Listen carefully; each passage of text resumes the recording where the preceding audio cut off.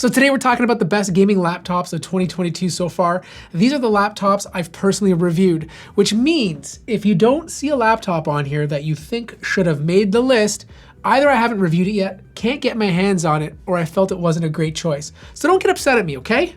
I'm very sensitive. But first, a quick word from our sponsor.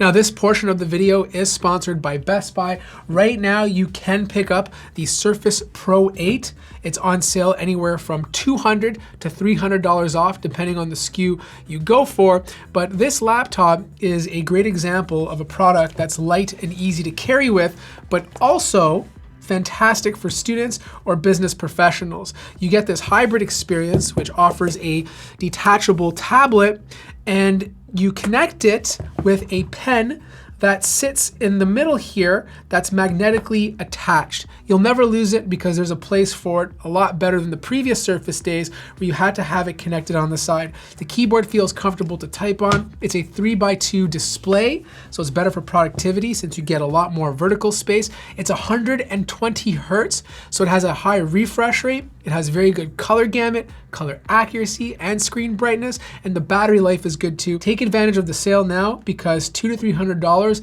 is a lot, and it's a fantastic product if you like to take a lot of notes.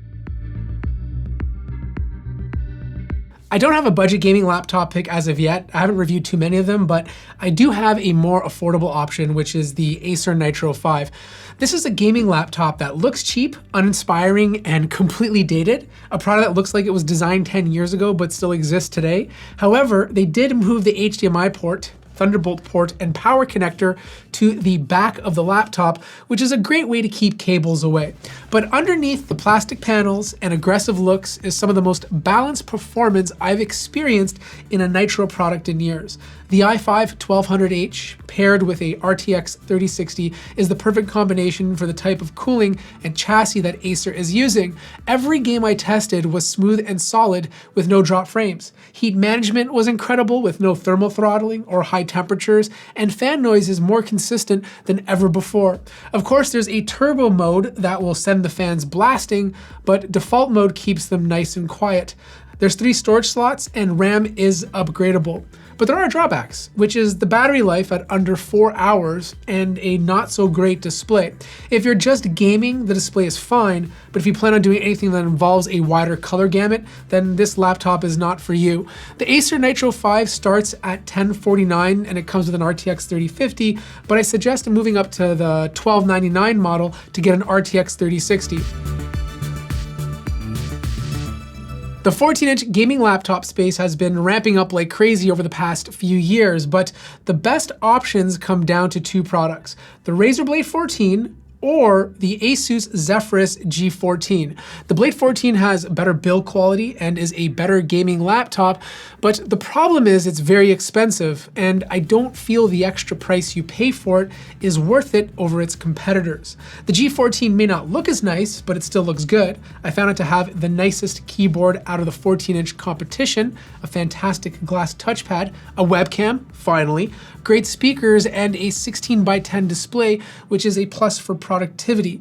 It's really light for a gaming laptop at 3.64 pounds and perfect for someone who wants to use this for travel but also loves to game. Now, it's not using an NVIDIA card, but an AMD RX 6800S, which is a really great GPU, putting performance between an RTX 3070 and an RTX 3080.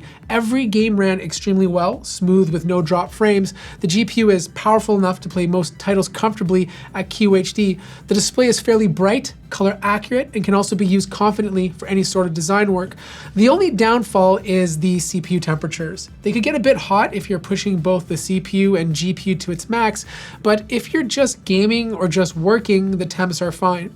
Battery life is exceptional at just under 10 hours, and there's 1 storage and RAM slot that can be upgraded. Asus did raise the price this year, and if they keep pumping it up, the Razer Blade might start becoming the better option. But for now, the G14 is the 14-inch gaming laptop to get.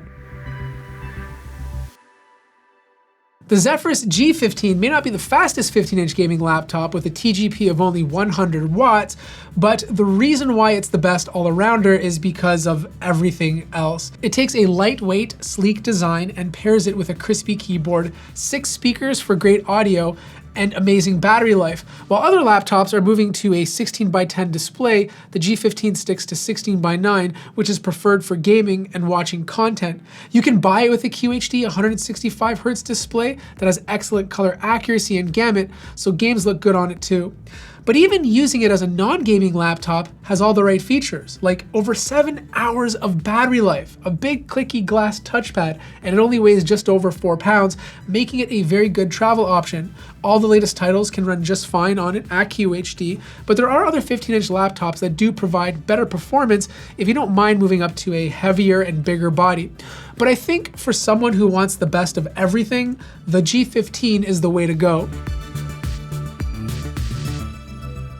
The winner of the best 17-inch gaming laptop is the Razer Blade 17. I know there are faster, better performing 17-inch gaming laptops available, but again, balance to me is everything. The Blade 17 is a beautiful product with a fairly slim design, and this year they increased the TGP to 165 watts. That's up from 100, which was back in 2019.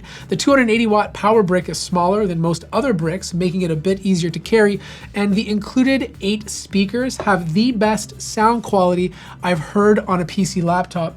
They've made a few small design tweaks, like moving the power button from the speaker grill to the keyboard, and there's now a muck switch to disable the integrated GPU. It has great performance, meaning you can comfortably run most newer titles at QHD, and the keyboard and trackpad feel great to type on. Fan noise stays in the lower 50s when under full load, and there's a lot of I/O to choose from. The only thing I don't like is the battery life. It's pretty bad with only 3 hours. The model I'd go for personally is the i7-12800H option with a QHD 240Hz display and a RTX 3070 Ti. Now, the best gaming laptop is the Lenovo Legion 5i Pro. It's priced very well, undercutting some of the competition. The build quality is fantastic with an updated design. It has a big 16-inch 16:10 QHD display and a body that feels like a 15-inch laptop. The performance is absolutely solid across the board, regardless of whether you use this for gaming or actual work. The balance between the CPU and GPU is fantastic, with the CPU receiving the biggest performance gains compared to the 2021 model. It's easy to open up and service with upgradable RAM and extra storage slots. It doesn't run hot, but it can get loud, and the keyboard feels very comfortable to type on.